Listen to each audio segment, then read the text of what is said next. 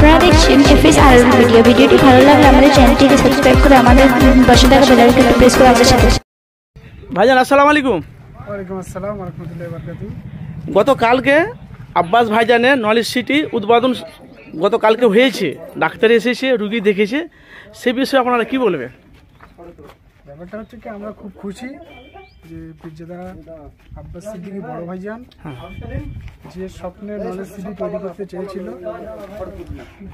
বিগত কাল, সেই নলেজ সিটির মাতৃসদন উদ্বোধন শুরু করেছে।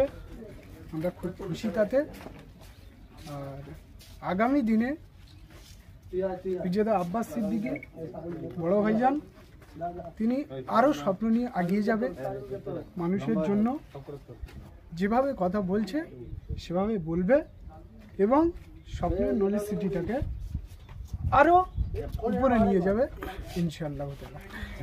আপনার পেছনে যে বিল্ডিংটা আছে এটা তো পুরো কমপ্লিট হয়ে গেছে।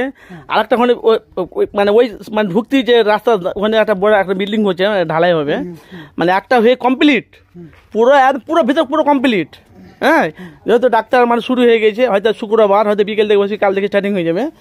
তো অনেক মানুষ তো অনেক রকম কথা বলছে, সব টাকা মেটে খেলেছে, যে যা পাচ্ছে সে তা বলছে, ভালো করে বুঝবেন। হ্যাঁ, তো আমি যাকেই জিজ্ঞাসা করেছি সবাই বলছে আমরা খুব খুশি। আপনার খুশি তো কতটা খুশি আপনার ধারণা? ব্যাপারটা হচ্ছে কি, আমরা 100% খুশি। আর খোঁজ নিলে দেখা যাবে যে যেসব মানুষগুলো বলছে যে আব্বাস সিদ্দিকী টাকা লুটে ফুটে খেয়েছে, দেখা যাবে তারা এই নলেজ সিটির জন্য একটাও টাকা দান করেনি এবং সাহায্য করেনি।